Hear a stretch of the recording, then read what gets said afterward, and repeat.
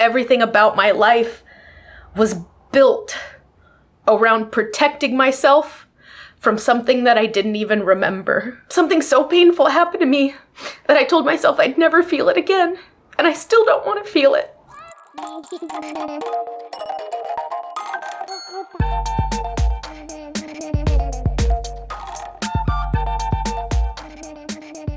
The truth is that I have not been honest with you guys completely. Not because I meant to lie, but because I didn't actually know what the truth was. And now that I do, it is just too big to keep in anymore. I always thought that stories about repressed memories were pretty wild. Like, how can you forget something so traumatic happening to you? How can your brain just completely erase that? It sounded impossible or dramatic even. And yet here I am, someone who genuinely repressed the most traumatic thing that's ever happened to me. And now I'm learning that everything about myself is textbook for this. That every piece of it matches what you read about in trauma recovery and repressed memories. And yet somehow it still doesn't feel real because I still haven't unrepressed everything. Right now in real time, it's about to be July, and that is the 1-year anniversary of my healing journey, where this time last year, I started mentally spiraling. I started feeling like I didn't want to be alive anymore, and I felt like there was a poison eating me from the inside. And so almost to the date, it felt like my life was falling apart, when really what was actually happening was that I was uncovering the truth. I went to a trauma treatment center for 10 weeks and I got 5 life-changing diagnoses. The first I've told you about was OSDD, which is a dissociative disorder that is also characterized by multiple personalities. The second is fibromyalgia, which is a chronic pain condition caused by trauma. I'm finally ready to reveal the third diagnosis, and that is that I have dissociative amnesia. And that means that my brain protected me from a memory that is so painful that it buried it completely for over 30 years. And that memory lives in my body and in my brain and in my parts. And the more that I learn to feel again, the more I've been uncovering the truth of what my brain was trying to hide from me. This is the hardest thing I've ever had to share, but I feel like it's so important because I know I'm not alone, and I know something happened to me. So most of you know that I went to a therapy treatment program. I documented it in this series called Shadow Brains, where it was kind of the whole process of me going to my treatment program and uncovering that I had parts, that I had these multiple personalities that comprised my OSDD. And most of you know that one of my biggest sources of trauma was an experience with my college gynecologist, how there was a lawsuit and how I used the settlement money to go into my treatment program. And yeah, that was a breaking point, but that is actually not the reason that I went into my program in the first place. So before I went into my treatment, I was spiraling because I could feel my body for the first time. It felt like I was floating, but I could feel parts of me that were numb and paralyzed. I started noticing how tense I was at all times, and I started becoming overwhelmed inside my own body. I started getting tiny pangs and weird flashes and somatic memories and physical tension that belonged to nothing that I could even name. And during that experience, I had a little voice. Dang it.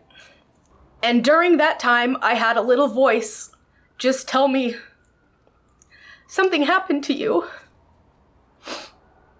Something happened to you. And that voice wasn't going away. Every time it got quiet, the voices got louder and louder, and it was saying, something happened to you, and it's in your body, and it's in your brain, and I can't tell you what it is yet, but I need you to know that something happened. And that's when I started noticing all the things that I used to ignore, like the tightness in my face, the way my muscles were clenched for no reason. I'd be sitting on the couch, I'd look down and my toes were curled. I'd try to relax, and within 5 seconds, everything was bracing for dear life again. I started noticing I was holding my breath at all times and tracking with my eyes, looking for any source of danger. I started noticing how 200 times a day, I would just fully wince my face and fully clench up in the shower, washing dishes, everywhere. I just couldn't turn off my face. I couldn't turn off this constant tension. And as I'm starting to feel my body, I'm realizing I've never felt my body. I've never been inside my own body. I started pressing on my skin, and there were all these little knots and these bumps, and they were like buttons, and I didn't know where they were coming from. But every time I would touch my body, a part inside my brain started screaming, and I didn't know why. The more I explored my body, the more I uncovered that I had this scar deep inside of me. I had what I started calling my soul bruise. And because that's what it felt like. It was this bruise deep down in my body, and that pulsed and it screamed every time I tried to touch it or every time I tried to think about it. And it's like every time I pressed too hard, my whole system would shut down. And it's because I learned over time that that bruise, it wasn't just a muscle knot. It wasn't just chronic tension. It was a scar from little JC. And that soul bruise held a memory that my body wasn't ready to give back to me yet. And I started panicking because I could feel this soul bruise. I started becoming aware of all these voices in my head, and I was spiraling because it felt like I was dying. And so I entered a treatment program, and I went in there and I said, something happened to me, and I don't know what, but I feel like I'm going crazy because everything around me is unraveling, and I don't know what to do.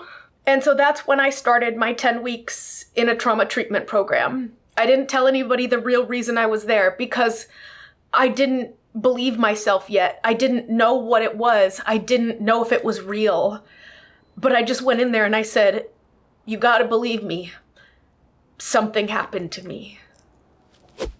So as I started my healing journey in my treatment program, my therapist, as you guys know, if you saw Shadow Brains, they all just kept telling me, you're all head. You're not in your body. You have no body. You're all head. And I was always so confused of like, what do you even mean by that? Is it because I can't feel my body? And they were right. I learned I had OSDD, which is a dissociative disorder, and that I spent hours and hours a day lost in la la land in my own brain. I'll leave that video linked down below. It goes into more detail, but I really was all head. But it was during my time in treatment that I realized I had no body. I had no feelings in my body. I've told you guys how I've never really experienced pain, and I was learning that somewhere along the way I had turned it off completely. I learned that I was never breathing. I remember specifically during one of my therapy sessions, my therapist said, all right, JC, like, let's try the 5 grounding techniques. You know, where it's like 5 things you see, 4 things you can hear, 3 things you can smell, 2 things you can touch, whatever it is. And I would get so annoyed because I would go, all right, I see a curtain, window, table, chair. I can smell probably that candle. I don't know, probably that plant. I don't know, probably my perfume. I can hear like, I don't know, something outside. And my therapist would say, JC, you didn't do any of the grounding. You just were naming things. Like you didn't actually experience the smelling, the grounding of the breathing. And so she goes, all right, let's take it from the beginning. All right, let's take a deep breath. And I would go, and she goes, no, breathe in through your nose and expand your belly. And I would go, no, that doesn't, I don't understand. She'd be like, breathe in through your nose. And I couldn't do it. She would say, try expanding your belly with breath. And I'd be like, my stomach doesn't go that way. It goes in when I breathe. It doesn't go out. And I was like, I can't breathe. I've never learned how to breathe. I knew I had asthma, but oh my God, do I not know how to breathe? And then, you know, she's having me smell, and I'm like, oh my God, I can't smell. Have I never been able to smell? And in those therapy sessions, when we would be doing all my parts work, they would say, where in your body is that part? Where do you feel them? And I would say, I don't feel anything. I don't know what you mean. It's like they were speaking another language. I was like, what do you mean? What part of the body are they in? I just didn't understand. And so if you watch Shadow Brains, how I would tell you how I would go home and spend hours and hours doing my own research, a lot of that was just reconnecting with my body, because I learned I could do something that was so terrifying, but was also getting me closer to figuring out what was going on. So immediately, once beginning this healing journey and the fact that I could start feeling my body, it was in pain at all times. I was in chronic pain. And I know now, I didn't at the time, but I know now it's because I was coming out of tension. And so all day long I was flexing and unflexing. I had fascia restrictions that were limiting a lot of my movement, and my nervous system was getting out of flight or fight, but it was just that constant flexing and pain.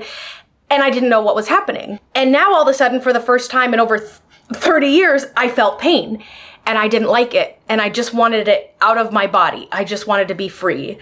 And so I would come home and I would lay on my foam roller for hours a day and I would just pound it out. I would take a lacrosse ball and I would find a knot and I'd be like, oh yeah, that probably feels like it hurts. And I would try to pound it out of my body. And I'd wake up the next day covered in bruises. And I would wake up in even more pain and wonder where I went wrong. I was just trying to get the pain out, but somewhere along the process, I didn't realize I was hurting myself. But I was pushing myself so far that I thought I had a stroke, which I've told you guys about in a video. But one thing I haven't told you about is how I had a seizure because I was pushing my nervous system too far and overwhelming it. And so I'd go to therapy in the morning and I'm like, oh my God, I'm crazy. I have all these multiple personalities. I'd go home at night and I'd be like, oh my God, I can't feel my body, but I'm clearly causing myself pain, but something's not connecting with my brain. What is happening? And it just became so much clearer that, okay, I don't know what, and I don't know when, and I can't remember it yet, but something happened to me. So that's when I made my biggest discovery and a skill that I don't even know how to describe. But when I'd come home and I'd start doing my body work, I realized I was trying to hit my soul bruise. I was trying to hit that soul bruise, pound out the pain, and just beg for that part to tell me what happened. But that was little JC who was screaming in pain, who didn't know what was going on, who was still trapped in fear. And I had all of these lumps all over my body. They were like, I thought they were part of my bones. I literally thought it was part of my bones. And over the course of the past year, I've had so many doctor's appointments and other services. And they were like, oh my God, like, do you feel this? That is densified fascia. That is decades worth of muscle guarding. We can't get that. We can't just press on this densified fascia. That's all connected to your nervous system. Your body needs to feel safe inside of its body to give that part back to you. So it wasn't until months and months after my treatment program that it started to click that my parts were holding parts of my body. So instead of just pounding it out, I had to learn to relax, which was the hardest thing I'd ever had to do. I didn't know how to relax. And so when I would relax, I learned that there are layers to my body and that my parts had turned off parts of my body throughout my life. I've told you guys before that I always felt like a superhero, that I was really good at code switching, that I could turn on and off parts of myself. I was so skilled at being whoever I wanted to be at any times, and I thought it was a skill. And so I'm learning that somewhere along the way, I also learned how to turn off my body, but I didn't know how to turn it back on. So I would lay there and I could press down on my body, and all of a sudden I would get somatic memories. All of a sudden, visions started playing in my head. And I've described to you guys that with my dissociative disorder, my brain sees everything in images. So it's like this movie would play, and it would be a part telling me their story about the last time we even used that muscle. And so I would press down on a tender spot or a numb spot, and all of a sudden, it's soccer JC going, oh yeah, we haven't used my inner thigh since these days. I turned that part off because I hated our conditioning practices. And I'd be like, wow, I haven't thought about that in years, but that's crazy. That probably is the last time I felt this part of the body. And I would do my parts work, and I would let that part tell me their story. I would give them a new role, and then they would give me back that part of the body. I could put them to rest. And then all of a sudden, it's like I was finally holding down my body and my skin enough to where I could roll over that densified fascia and take away a layer.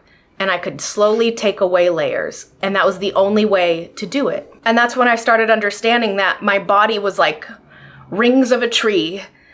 And there were so many of these layers. And I was so desperate to get to my soul bruise and beg little JC to tell me what happened to her. But I had to get through all of these other layers of parts first. And I didn't realize how many layers there were. And so for 6 months, I just went layer by layer and part by part. And I would tell my therapist, I can't focus on certain things. I have to focus on the part that's screaming right now. I have to focus on the next layer and the story that part is trying to tell me. And I had to relinquish some control to my own brain because I couldn't guide my healing journey. I had to let my parts and my body do it because they were finally ready to reveal themselves and tell me. And the more that I talked to them, the more that I learned how much I forgot about my life, and the more I remembered, and the more memories that came back to me, both good and bad. And that was really hard. I learned about my third diagnosis, and that's that I have dissociative amnesia. It means that my brain just locks away a door and throws away the key at any time it gets overwhelmed. And it happened throughout all of my life, but it started with little JC. It started with that soul bruise. And 6 months into my healing journey, I was desperate for the truth, because at this point, I still didn't know what happened to me. I didn't know who it was, when it was, how old I was, why. And it started to break me over time, because it feels like trying to solve a murder without a body. It feels like trying to convince people that something happened when you don't have any proof. You don't have the body to show for it. And there's no evidence, there's no timeline, there's no suspects, but just this undeniable truth that it's stuck in my body. And over the months, as my parts are telling me the stories, the more I'm learning, gosh, I repressed so much throughout my life. And now that I was uncovering it, the more obvious it became that the clues to this were there all along for my whole life. Looking back, it all makes sense. How did I not know I have OSDD? I've always been talking to myself. I always spent hours daydreaming and stuck in my own brain. But now things started becoming clear of course, something traumatic happened to me when I was a child. All of the clues were there. There was so much shame in my body, and I started realizing I'm never looking in a mirror. I can't even look at myself. And that's why I had depersonalization. I could only see myself through photos. I'm never looking at myself in real time. I always hated my body. I hated being seen in person. It's why I close all my curtains and try to protect myself. The protection, I didn't realize how hypervigilant I was, where no wonder I love scary movies and true crime. I'm used to those feelings, and I use it as, research to protect myself. Almost like if I could understand the danger, I could avoid it from ever happening to me again. I always had graphic nightmares my whole life, and now I know why. I always thought I had a sleep disorder because I could sleep for 14 hours every single day. And now I'm learning it's because I have parts that can't turn off, that get scared at night, that keep the body activated. And it gets so exhausting that my body has to shut down for that period of time. And one of the hardest realizations of knowing that something happened to me was, I know I don't talk about it with you guys, but I always hated sex. I, at one point, considered myself asexual, and I told people if I never have to sleep with anybody again, I would be a happy girl, because I hated the act. I always dissociated out of it during it. Sometimes I would even self-harm during the act because I hated it. And as I'm trying to reconnect with that part of me, I realized, okay, that's the trauma that happened to me, because I was dissociating out of sex my whole life because I didn't realize I was getting triggered. I started learning that my pelvic floor was completely shut down and inaccessible, and that it's probably been that way for forever. I couldn't be with a partner unless I so implicitly trusted them with my body, and even then, I couldn't stay with anybody in a relationship for long because something inside me would panic when they would get too close. I carried so much shame in my body that I knew about, but it's like this outside perspective that I never even realized. And once all that becomes clear, it's like, it's been in my body this whole time that something happened to me. So one of the most surreal parts of this whole healing journey is not only discovering that I have multiple personalities, which alone is a huge diagnosis, a huge life-changing thing that I've had to undergo, but it's also been discovering my body in a way that feels completely brand new. And it's overwhelming, but it is also exciting. When I started going to my doctor's appointments, they were telling me, your skin doesn't move from your body. Your skin's supposed to move. Your fascia is so dehydrated from years of trauma that your body basically became inaccessible to you. And I'm now learning, wait, my skin is supposed to move? Wait, that part of my body is not supposed to be rock hard? That's not a bone, that's fascia that's connected to my nervous system. I had no sense of an internal body map. I could close my eyes, find a source of pain, hold down on it, and then say, okay, where on my body am I touching?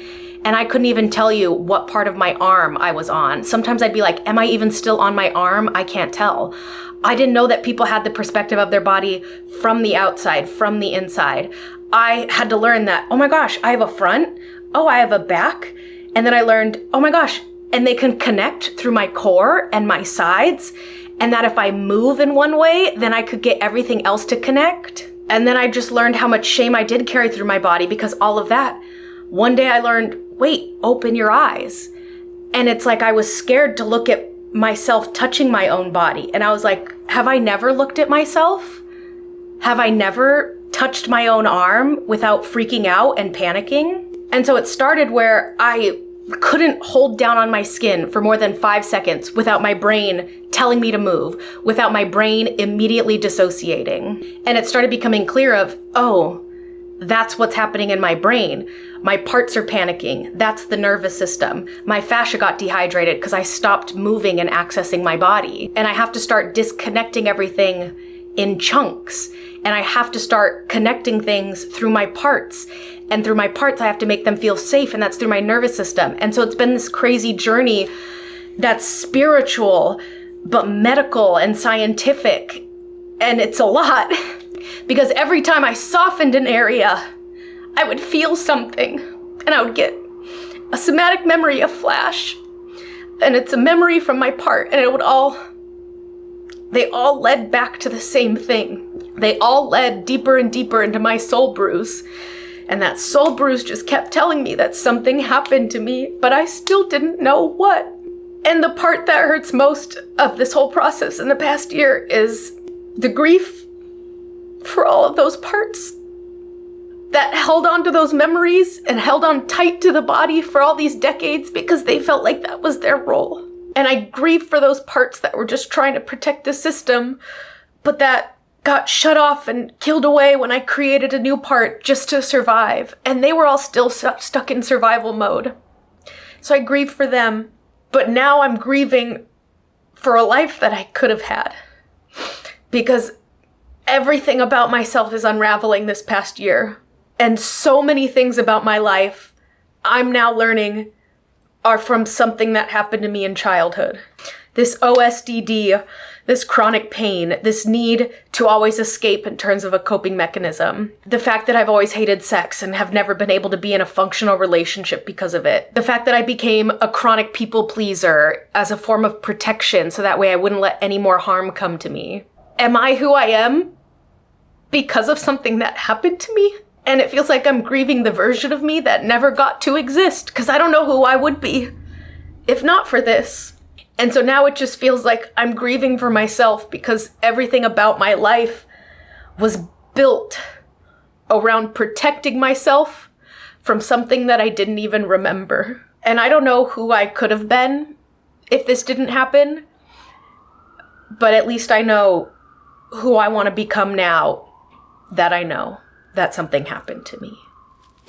This video is kind of a mess. It's kind of scatterbrained. I didn't structure it as well as I probably wanted to, but I kind of just wanted to get this out there because I've been on the craziest journey that you guys can imagine. And I want to write a book about connecting with my parts, and I want to make a TV show that perfectly describes what it feels like to get that layer of that ring of fascia and get closer to my soul bruise and what this whole experience has been like. I wanted to make this diagnosis reveal another 7-part series with twists and turns that lead to the big reveal. Because honestly, it has been the hardest year of my life, but it has been a beautiful journey. And it is something that I absolutely want to share. But I realized I was constantly daydreaming about how I was going to tell you guys in a way that was impactful. And that was hindering my actual healing. The reason I haven't told you about this is because I've been waiting to be done with it. I've been waiting to finally get that memory. And I've been waiting for my soul bruise to be healed. But the truth of the matter is, I'm not there yet. I still don't know what happened to me. And it's frustrating. Not even knowing when or who or why or what. But I had to learn that pounding it out of my body and making my body bruise and giving myself seizures was not the way to go about it. But I wanted to reveal it in this beautiful way. And my therapist have kept telling me that my biggest fear is just being present, that I'm scared to feel. And that's where I realized, oh, that was my biggest issue. I've been scared to feel everything. I've been scared to relax in my own nervous system and feel the pain. Because that's the whole point. Something so painful happened to me that I told myself I'd never feel it again. And I still don't want to feel it. And it's taken almost a year to the date to realize I think I'm okay with feeling again. Something inside my brain started telling me that something happened to me. And I think it's because that part finally started feeling safe enough to tell me and started knowing that I was ready for that information. And I also think I am ready for that information. So here's the truth about where I am now. I know I have dissociative amnesia, and there's even more about my life that I am remembering. There's more I haven't shared, other traumas that I repressed that, maybe I'll wait another year to tell you guys about. And right now and in the past year, I've been very overwhelmed, not just by my past that I'm remembering and recovering from and grieving, but also my present, just all of these realizations, all this pain, all this waking up. The problem is that healing has been a full-time job for me in this past year, but life doesn't stop just because I'm healing. I have deadlines, I have bills, I have commitments.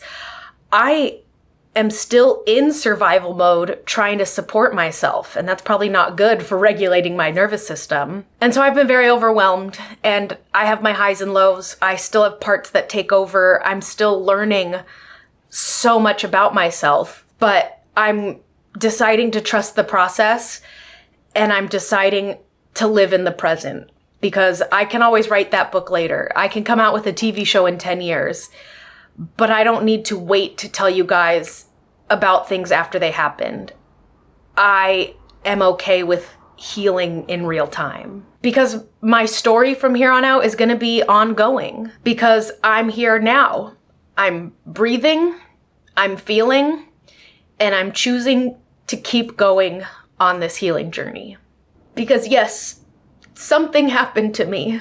And even though I don't know what that is, something else is happening right now, and that's that I'm finally becoming whole. And I hope that you guys will join me on this journey as I heal in real time. But that's going to be it for this reveal. I don't want to say I'm disappointed in it. It's not the 7-part Shadow Brain series that I imagined, but I didn't want to keep it a secret anymore, and I knew it was something that people can relate to. I think one of the toughest parts about being so transparent and vulnerable online is that I am creating this beautiful community where you guys are able to resonate with so much of my content and commiserate with it. And I hate that you can, but I'm also so grateful that you share parts of yourselves with me as well. And so my content is changing, but I hope that it really lands with the people out there that need it, because I feel like I can describe my experiences in a way that doesn't sound crazy. It doesn't seem like it impacted my life in certain ways had I remembered it. And in a way, I am grateful that I do have this amnesia, because I almost got to live a normal life. I really did get to bury it for 30 plus years. And in spite of something so awful happening to me, I almost made it. It did end up catching up to me, but thankfully it revealed itself in a way that I have to heal from it now. I have so much content I want to share with you guys. I have had so many doctor's appointments where they tell me, you are textbook for this. Even though you don't have the memory, it's in your body and you are the formula for the body keeps the score. I've been doing so much parts work, and it's insane how I thought I was a genius, and really it's because I have OSDD, and there's more I want to tell you there. There's so much more about myself that learning that something of a sexual nature happened to me as a kid that makes sense for my life, and I want to talk about those things. But I need your support in order to do that. I've been stuck at 20,000 subscribers for many years now, and I'm ready for the next step. I'm ready for the next chapter. I'm trying to hit 50K subscribers. And if you want to follow me along in this journey, the best thing you can do is to subscribe. Growth helps, really pushing that number helps. And it also shows YouTube that even though they try to censor every single one of my videos, that this is educational and helpful content that people want to see. And so if you could subscribe, it would really help me more than you know. Because like I've said, I'm still stuck in survival mode. I'm still trying to support myself. And I want to be able to tell my story, but I also want to make sure I still have a roof over my head. So help me out. If there's any specific topic that I briefly touched on that piqued your interest, leave it in the comments below because I want to make future videos about them. But also if this is something that you can relate to, again, I'm so sorry if you feel like sharing in the comments. I'm here for you, and my community's here for you, and I appreciate you sharing. So I thank you guys so much. Make sure to follow my other social media platforms. I kind of do a little bit of everything on each platform.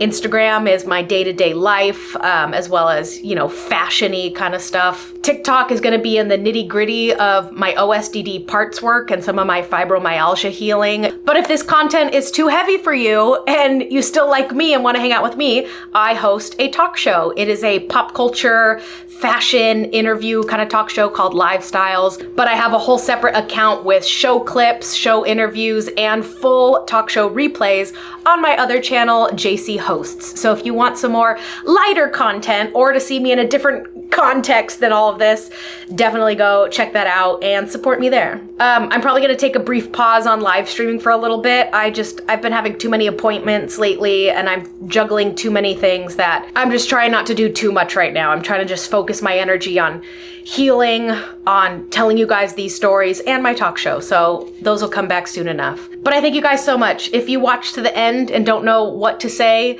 just drop a few cat emojis for my "Oh my cats" catchphrase, and that alone will mean the world to me.